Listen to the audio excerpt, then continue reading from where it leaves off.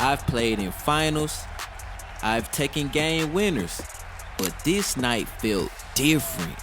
I walked into the locker room carrying a duffel bag that was way bigger than it needed to be.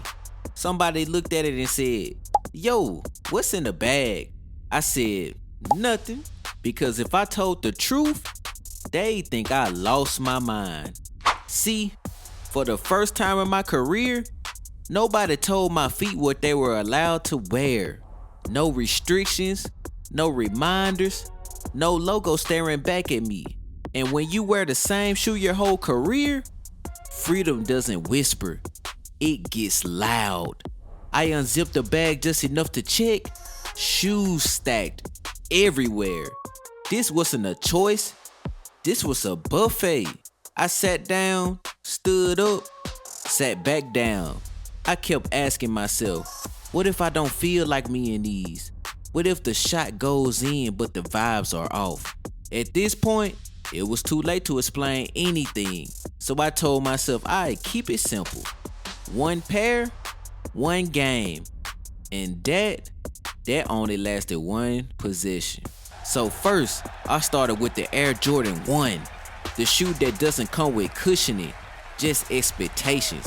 I caught the ball, took one dribble, and for a split second, I thought I was about to dunk.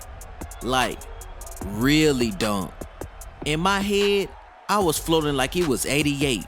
Tongue out, crowd losing their mind. In real life, I remember who I was. So I kicked it out, relocated, caught it again, rose up for the three. Swish, bucket. The dunk still happened, just spiritually. Next trip down, I switched to the KD 15, a shoe built for people who think defense is optional. I took one long stride, one smooth rhythm dribble, pulled up right in his face like I was offended he tried. No rush, no emotion, splash. That shot felt like it showed up early and clocked in. Then I put on the Ja 1, a shoe that makes every idea feel like a highlight or a terrible decision. I came downhill, saw a 7-footer waiting, and the shoes whispered, "Jump." In my mind, I dunked on everybody. In real life, I jumped emotionally, kicked it out, ran to the corner, got it back, swish, still counts. After that, I grabbed the Kyrie 7, elite traction, way too much confidence.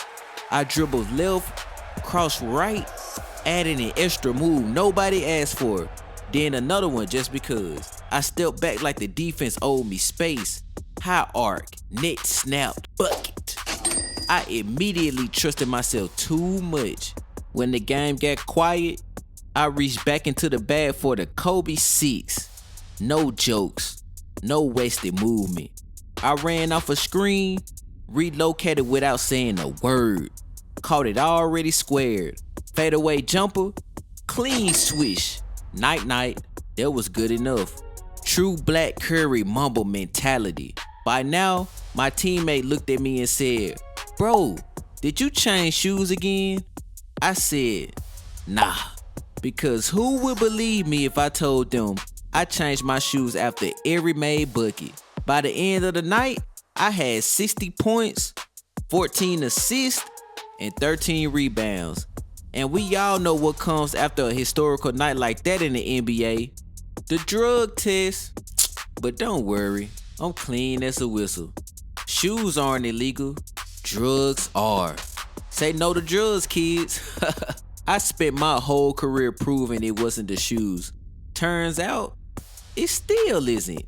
It's about the work, the timing, and trusting what you've done 1,000 times. But after all those years, my feet finally got options.